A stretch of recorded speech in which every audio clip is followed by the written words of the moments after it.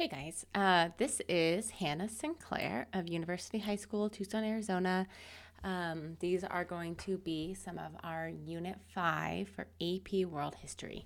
So, Unit 5 is going to be our unit on revolutions, political, industrial, etc.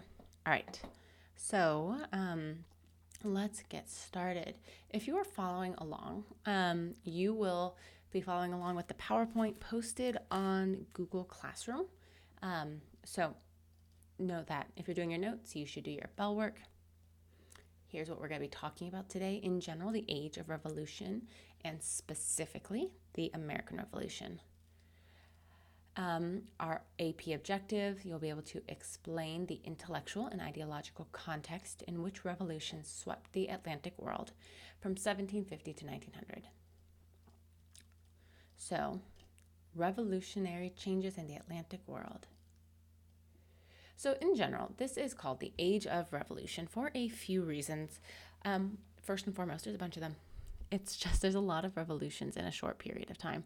We start with the American Revolution, and then we go on to the French Revolution, the revolutions of 1830, and the 1848 revolutions.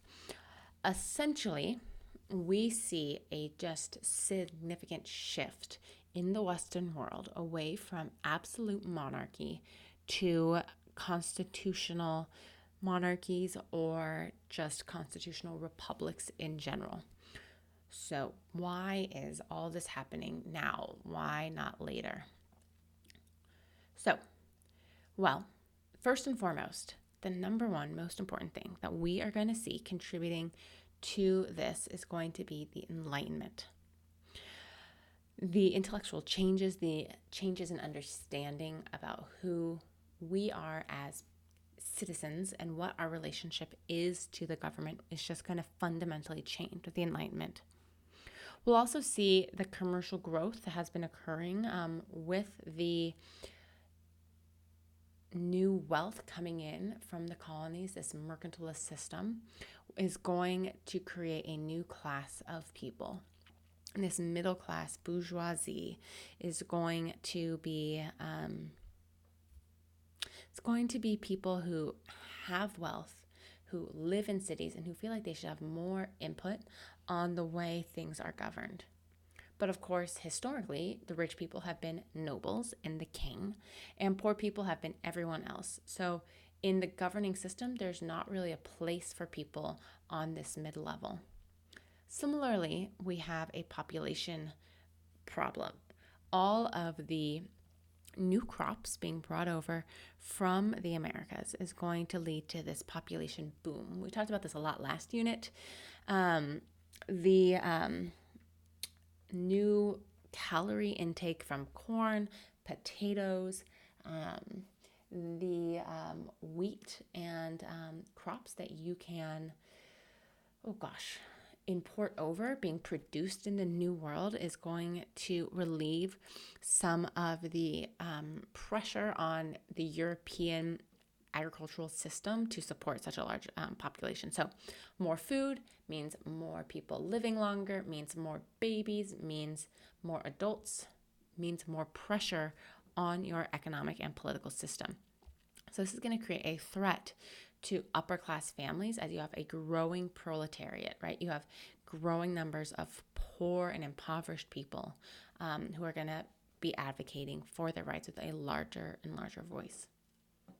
So we talked about the Enlightenment a while ago. We talked about it in conjunction with the scientific revolution. So the idea that the world has natural laws that can be ordered and understood. Think Isaac Newton. Why wouldn't society be the same way? If we can understand the natural laws of society, can't we then improve upon society? You should be able to identify some of these significant ideas. All right.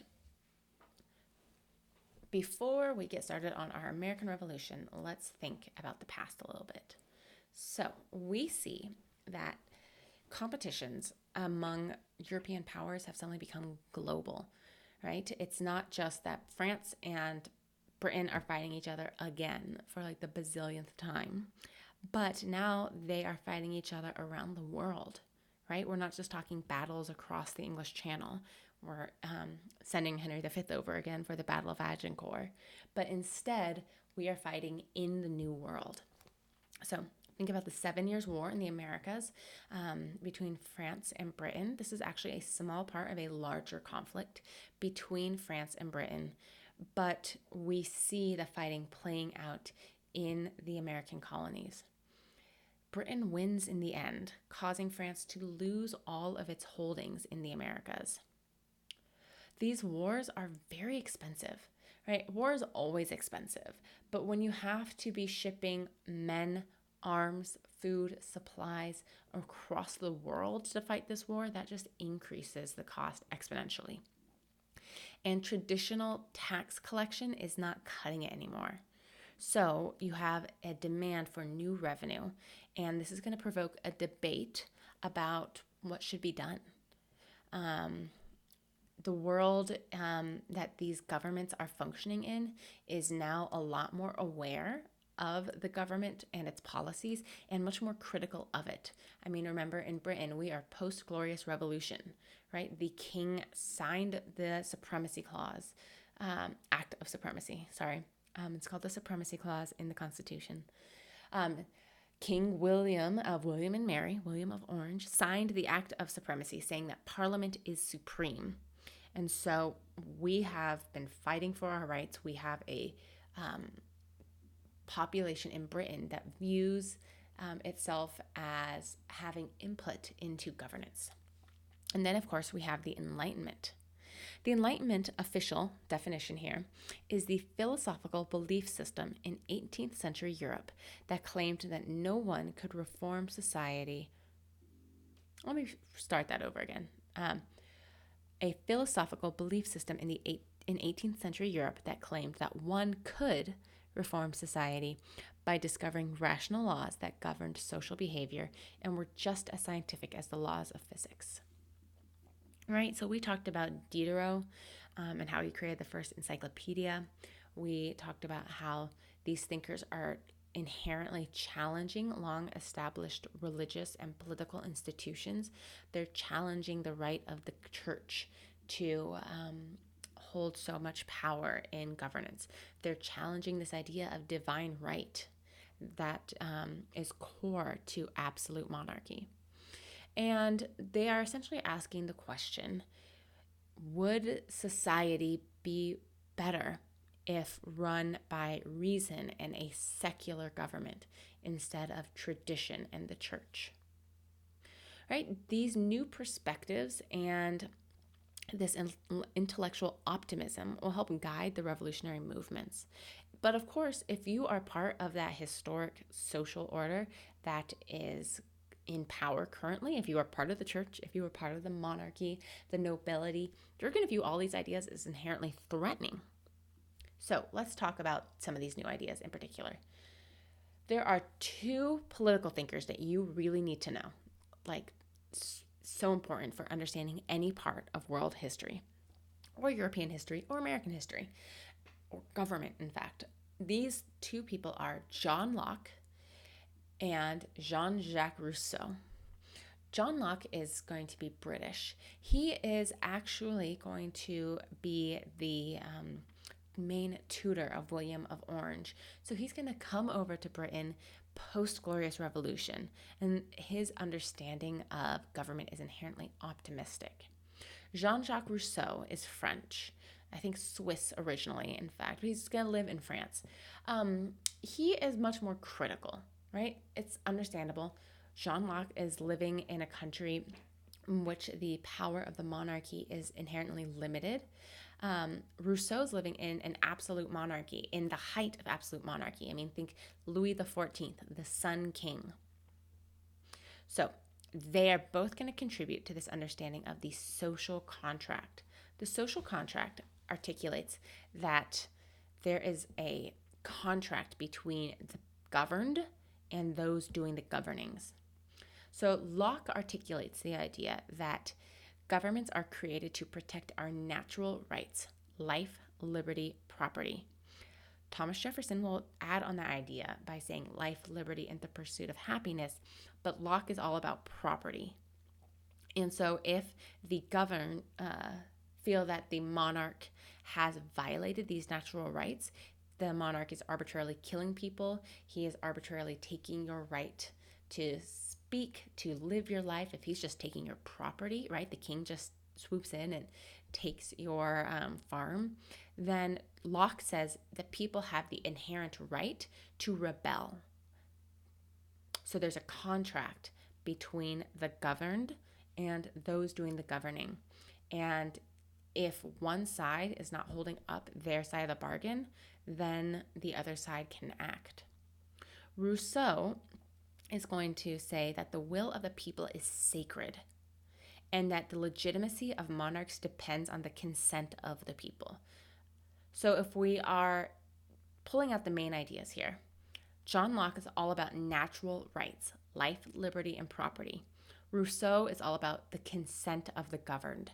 If the people remove their consent to be governed, they can rebel, right? The government rests on the will of the people. Both are going to really emphasize that last point. Government rests on the will of the people.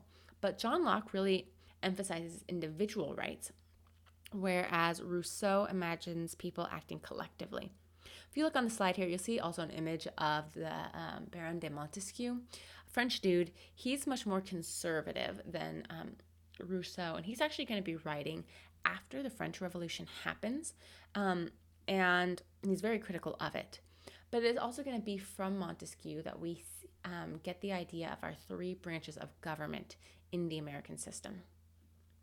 All right, Adam Smith.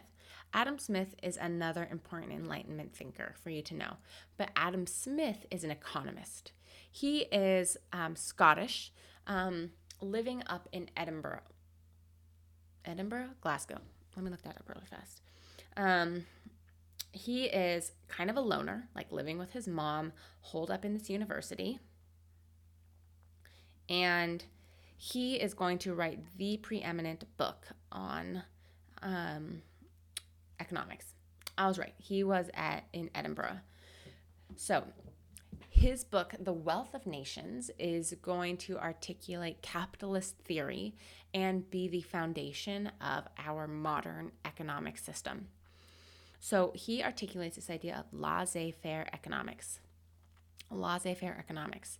Laissez-faire, spelled Laissez-F-A-I-R-E,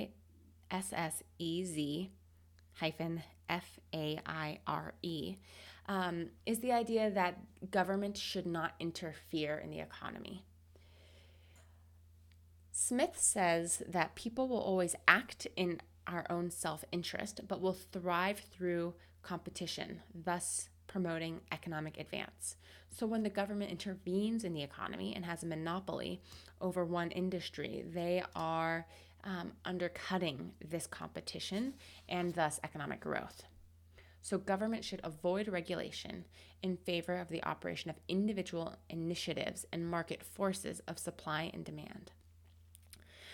When it comes to government, Adam Smith is going to say that the government should do things that are only public good and market failures. So that means if there's something that the market can do for itself, the government should not intervene. However, if the government sees that the market can't do it well and it would benefit the people, then that's something the government should do. Like an army, right? Private armies, bad idea, right? The market is not going to be able to have private armies run in a fair and effective way. Is it useful to have an army to keep, your neighbor from invading you? Yes. So he's also going to say like education is something that's a market failure and a public good. There are other thinkers that you might hear about. Thomas Hobbes. Thomas Hobbes is really a theorist about absolutism. He is going to be writing in the midst of the English Civil War, so before John Locke, and he's looking at all of these kings killing each other, and he is very pessimistic. He's going to argue that absolutism alone can prevent society from lapsing into the state of nature. And he argues that the state of nature is just chaos. It's constant war of every man against every man. John Locke thinks that people are inherently good, that we will do good things. Hobbes thinks people are inherently evil and we're going to kill each other given the chance. So the only reason why we'll ever obey, ever, is because we are afraid of the consequences. So we will enter a social contract with the ruler to ensure our individual security. So let me explain that a little bit. We have freedoms and rights that we give up to live in a governed society. So, for example, I technically have the freedom and the right to drive however I want on the road. I want to drive 100 miles per hour down Campbell Avenue, go for it. If I want to drive on the left side of the road, sure, swerve all over the place, that's fine. Technically, I have that right. But is that very dangerous? Yes. Would there be more car accidents if everyone drove like that? Yes. So, to ensure my safety on the road, because I don't want other people driving like that, I give up my freedom, my right to drive like a maniac. So instead, I follow the speed limit, I follow traffic laws. Am I giving up some of my individual rights? Yeah, I am. But will doing that ensure my safety? Yep, and that's worth it to me. That's the essential idea of the social contract, right? We as individuals give up some of our rights, some of our wealth in terms of taxes, but in return, we get security, we get provision from the government.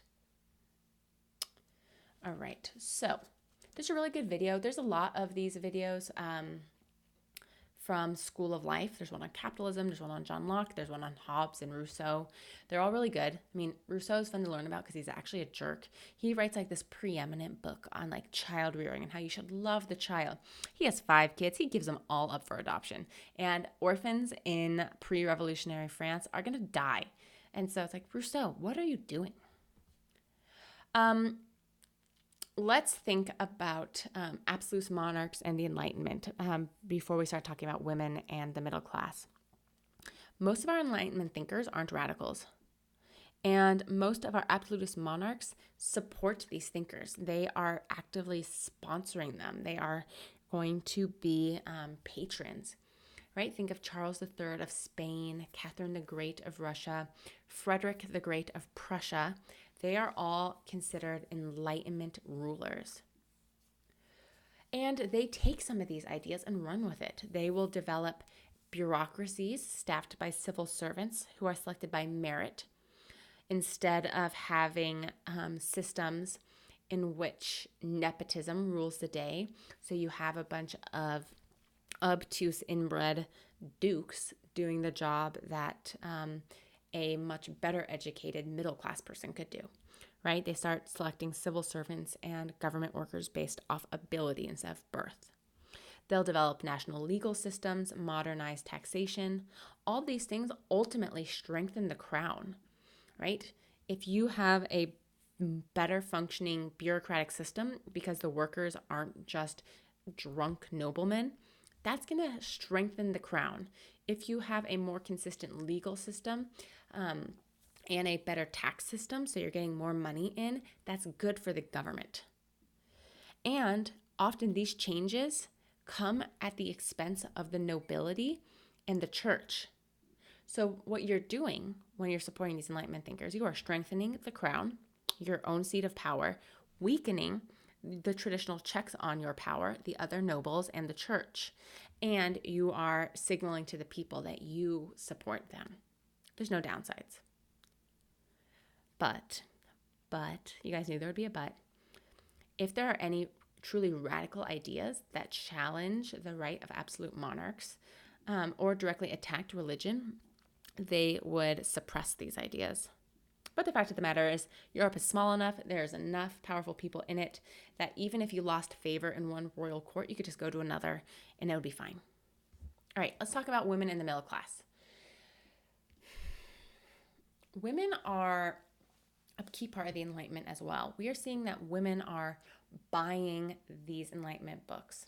That's the thing about these Enlightenment thinkers. We've had smart people in the past. These are not the first time that these ideas have ever been proposed, but it'd be like one guy, one time, published a book. It was read by a couple dudes at Oxford, Right now, with the printing press and the high rates of literacy, and with the economic prosperity, more people can read and more people have time to read and the ability to buy books.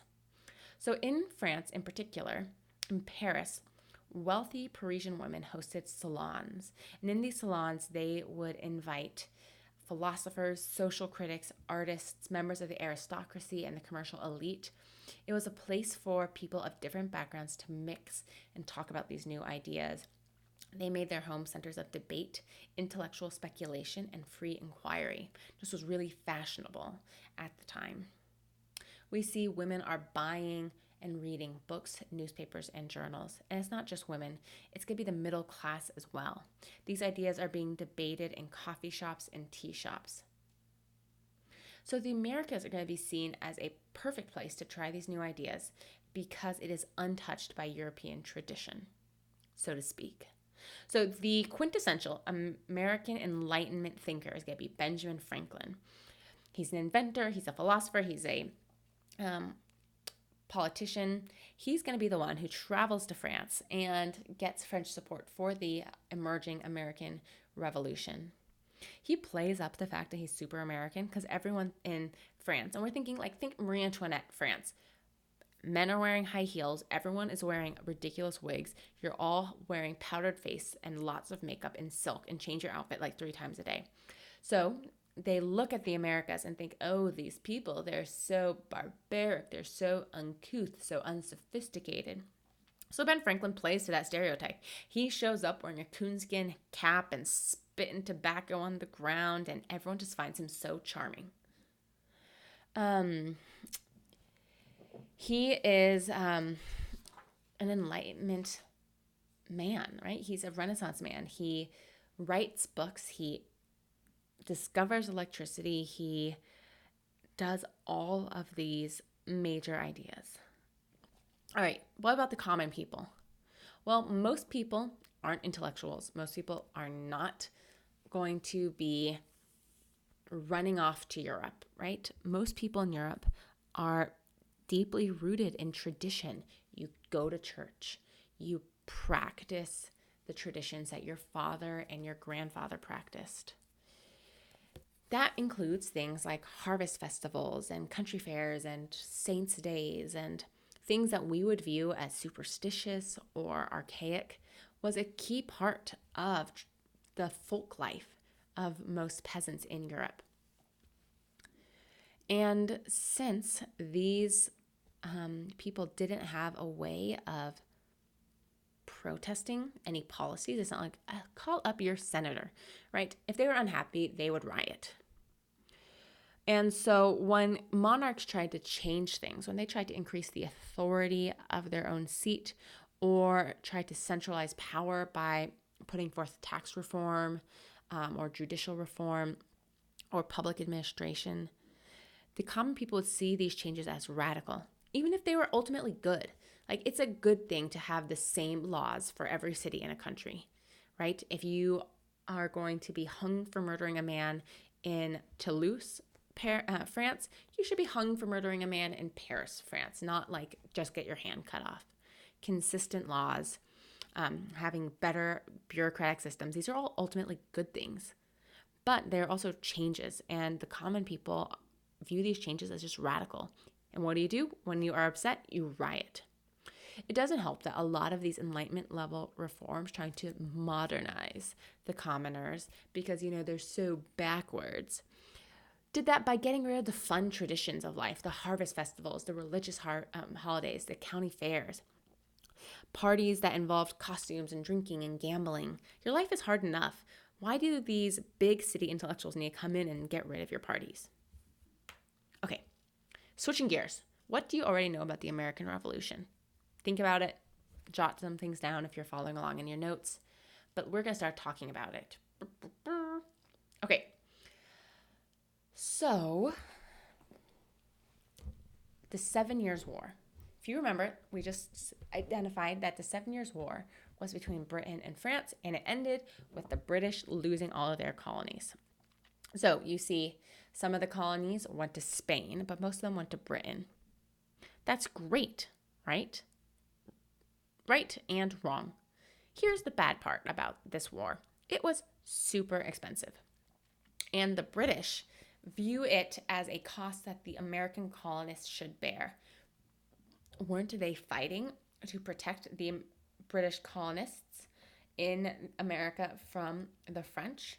Shouldn't they have to pay for the war for their own defense? The American colonists don't really think so. We also see that there are tensions about expansion. So if you look at the map, you will see the red line on the post-war boundaries map showing the proclamation line of 1763.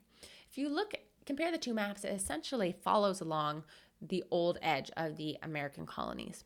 Well, in the past, Americans couldn't go past this line, right? They'd be going into French territory, so they can't go and settle these new areas.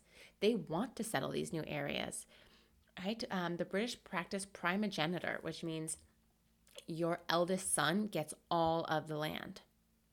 So that's a bummer if you are the third son of a duke in Britain. But if you are the third son of a wealthy plantation owner in the Virginia colony, well, just go further west and get your own land. Start your own inheritance. But what happens when you can't cross the Appalachians? With the end of the 7 Years' War, Americans think we get to keep moving west. The British don't want that because that's going to bring them into further conflict with the Native Americans, meaning more conflict for the British to intervene in. So their goal here is twofold. First, get the Americans to stop expanding west, to have enough land, thank you very much. And two, pay for the debts from the war. The result is going to be a mess. One of the things to understand about the American colonies is that they've been at this now for over 100 years. And the American colonies have unique identities separate from Britain. I mean, sure, you ask your average American colonist, they'll say, I'm a Brit through and through. I'm a British citizen. I have rights, blah, blah, blah, blah, blah. But they're not going to talk the same. They're not going to eat the same. American colonists are going to live longer. They're going to have larger families. They're going to be better educated. They're going to be wealthier than your average British citizen. This is a different culture now. And so the tension is between these two cultures because on one hand, the British view the American colonists as a normal citizen, and thus we can tax you however we want. The Americans are going to view themselves as normal citizens, and thus they can't be taxed however they want, right? They want to have equal voice in Parliament. So you have conflict. How do you pay for the debts from the war? More taxes.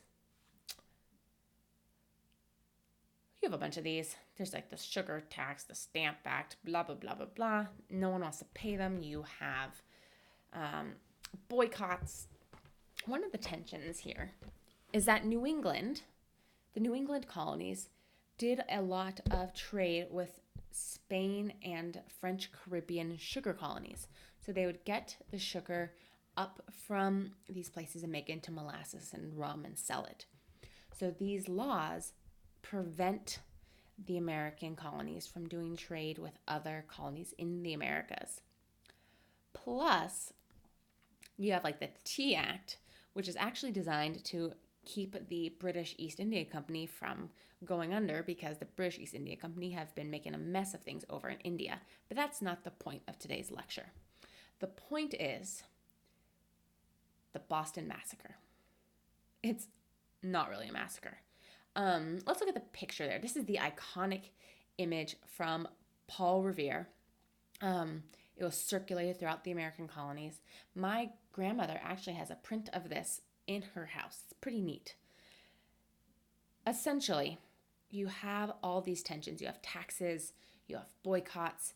The British still have some soldiers left in the American colonies. And where are those soldiers going to sleep in the colonies? Well, in your house, you are forced to quarter soldiers.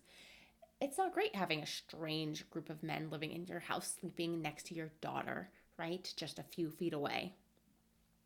So In Boston, they're especially fired up and mad.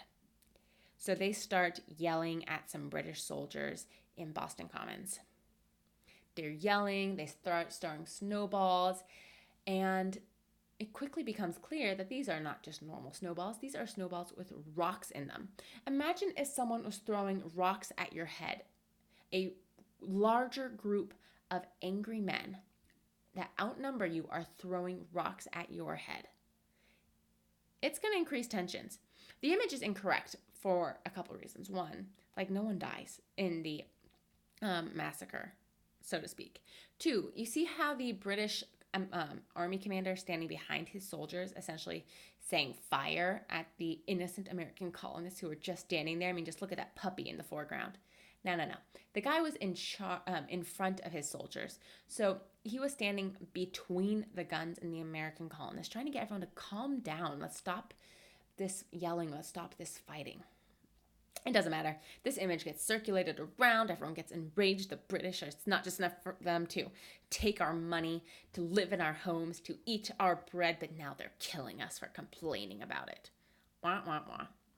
The Tea Party is in reaction to the tea tax. Some Boston men, think Sons of Liberty under one Samuel Adams, are going to dress up like Mohawk Indians, sneak onto British ships, and dump $10,000 worth of tea into the harbor. Again, the Tea Act wasn't really about the debt. It was about the fact that the British East India Company was going bankrupt. And so the Tea Act allows for the British to tax the tea being brought over from the British East India Company at a higher rate and thus try and keep this company afloat.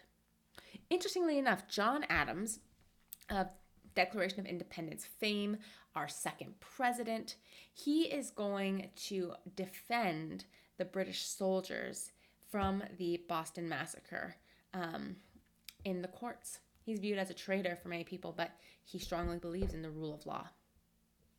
Okay, so countdown to revolution. Well, it gets to the point where you have representatives from the 13 colonies meeting. This is called the Continental Congress. By the time the Continental Congress meets, there's already fighting happening in Massachusetts. The shot heard around the world at Lexington and Concord, blah, blah, blah. The army is led by George Washington. So that's one of the decisions that comes out of the Continental Congress is that we will have a militia and it will be led by George Washington. One of the things circulating around the American colonies at this time is a pamphlet called Common Sense, written by Thomas Paine. It's inflammatory about the evils of the crown.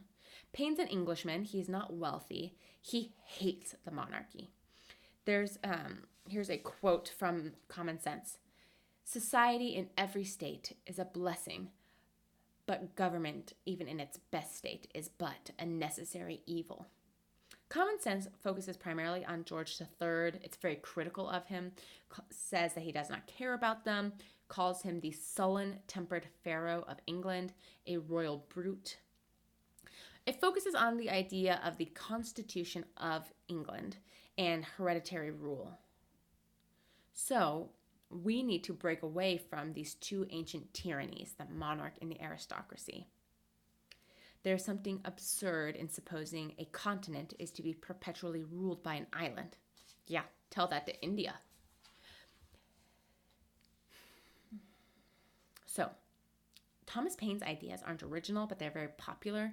The pamphlet is short, it's easily circulated, right? Thomas Jefferson gives Common Sense to his troops to read to motivate them, and it helps that Thomas Paine is writing in a normal vernacular, right? He's not writing in Latin. This isn't a political treatise. It expands the sphere of political dialogue to include the common man. John Adams didn't like Paine. So Paine's ideas focus on this idea of republicanism, and it's very John Locke. Natural rights and natural law. We need to be actually represented in government. It's not just enough to have virtual representation in Parliament. We need elected citizens from the American colonies representing our values in Parliament. And so things come to a point with the Declaration of Independence in 1776. It's essentially a list of complaints. We, the people, in order to form a more perfect union, right? Thomas Jefferson writes it, and he outlines the values for every man: life, liberty, and the pursuit of happiness. Of course, he's essentially copying John Locke there, verbatim. And by every man, he primarily means the white landowners. The American Revolution is not revolutionary. They are fighting to keep things the same. The white rich men who already owned property are fighting to keep themselves in power. They're not arguing for slaves to become free, for women to have the right to vote. They're arguing for things to stay the same. And yet, we have crossed that line. We have declared independence. We have a new American government, and thus revolution. So, let's think about the British side of this fight. This is an absurd fight. The British should win easily. Like, there's no way that we should win this fight. The British find it difficult to control the countryside, though. They don't know this territory, and there's a lot of territory to cover.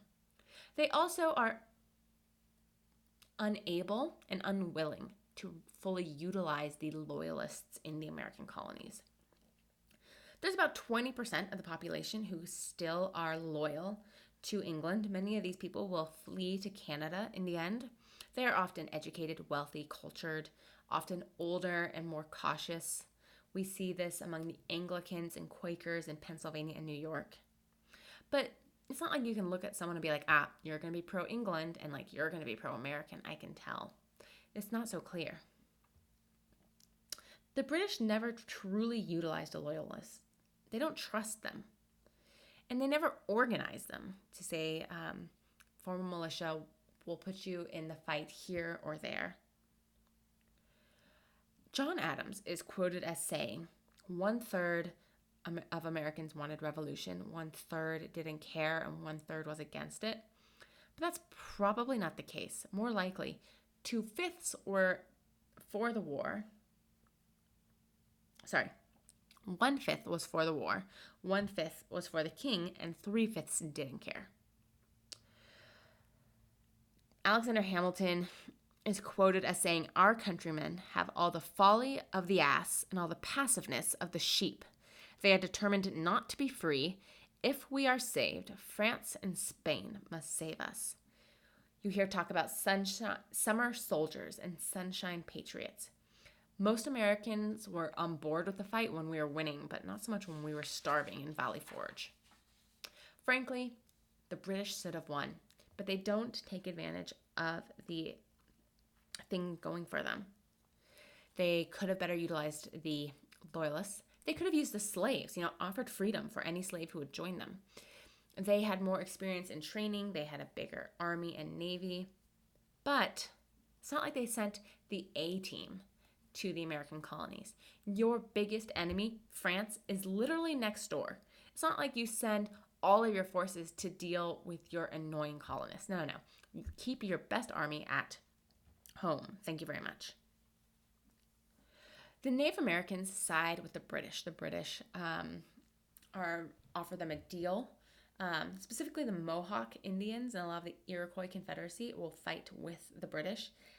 This is going to end up hurting them in the long run because, of course, the Americans win and they remember that the Native Americans fought against them.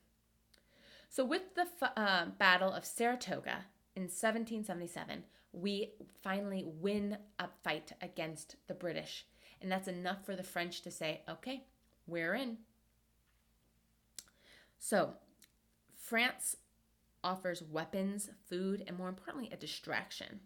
The French in general are always game to mess with the British, right? And vice versa. It's not so much that they care about America, because they don't, but they just want to destabilize Britain whenever possible. So the French send their navy into the Caribbean, jeopardizing the British sugar colonies there, like Jamaica. And frankly, those are a lot more valuable than these dumb American colonies in North America. It's too cold here. So the Brits are forced to split their power. The French Navy opens up supply lines so we aren't starving so much. And in the end, we win with the Battle of Yorktown in 1781. Our representatives in France sign the Treaty of Paris in 1783. Now, originally, France was supposed to be part of this negotiation, but the Americans ignore the French and go straight to negotiating with the British. This was probably a bigger deal. It was better for us to play the European powers off each other. So we get all the territory up to the Mississippi because we're still weaker than Spain. We get some fishing rights off of Canada, but we are supposed to give the money back to the loyalists, and we never do. So that means the British don't really remove their troops from the Mississippi River. Plus, we have an ambiguous boundary with Florida. Like, how much of that belongs to the British, and thus now American? How much of that belongs to Spain? Who's not really sure. And Native Americans are completely ignored in this process. All right, let's talk a little bit about young America. First, we have the Articles of Confederation. It's a mess. One House legislature, everyone gets a vote. Simple majority necessary for minor legislation, but unanimous for anything having to do with war or money. You don't have a president, you just have an executive committee. Have you ever tried to plan something by committee? Get everyone on board with everything? It's a mess. And it's not working. There's no way for the government to collect taxes, to regulate borders. The states are offering tariffs on each other. So if you want to send your goods from Virginia to Maryland, you have to pay a tariff. That's absurd. So they hold the Constitutional Convention. And with the Constitutional Convention, James Madison and Alexander Hamilton just hijack the entire thing. The agreement is officially to just reform the Articles of Confederation, just make them better, because there are significant concerns about going back to a monarchical system. James Madison stands up at the beginning and says, I vote that we get rid of the Articles of Confederation and create a new constitution. Alexander Hamilton hops up, is like, seconded, boom, done, we're there. Confederation is gone. Now we're talking about the Constitution. And the Constitution is such the perfect Enlightenment document. You have all the guys in there. You have John Locke with the protection of property. You have Rousseau with the social contract. You have Montesquieu with the separation of powers, right? Judicial, legislative, executive. You actually have a president now. You have Adam Smith with government responsibilities. This allows for the American government to actually collect taxes, to actually have a military, to actually function. And it works pretty well. There's tons of amazing videos about the American Revolution. There's a good one from Crash Course I recommend. But let's just look forward into the future a little bit. As the American experiment continues on, we have this idea of manifest destiny, that we are destined to expand to the Pacific. We are destined to go west, and so we do. In 1803, Thomas Jefferson buys all the land west of the Mississippi from France, from Napoleon. It's called the Louisiana Purchase. Is it constitutional? Maybe. That's a strong maybe. More likely, no. But we did it anyway, and no one's really complained. Then in 1823, we institute the Monroe Doctrine, which essentially says, hey, Europe, leave the Americas alone. No intervening in Latin America, okay? And Europe's like, okay, United States, whatever. You are the new kid on the block. But the British essentially back the American play, and so people leave the Americas alone. Then, of course, in the mid-century, we have the Civil War, when regionalism gets the best of us. The problem is really industrial North versus slave-holding, plantation, agricultural South. There are a million different theories about what exactly caused the Civil War. If you take A Push next year from Dr. Hosmer, you will hear many of them. It's his whole shtick. But this is world history, so I'm going to mention that it happened. So, some review. What are some of the factors that led to the American Revolution? How did Manifest Destiny and the Monroe Doctrine affect American identity? And then for your summary, how explain the intellectual and ideological context in which the revolutions swept the Atlantic world from 1750 to 1900. So specifically, explain the intellectual and ideological context for the American Revolution. Thanks, guys.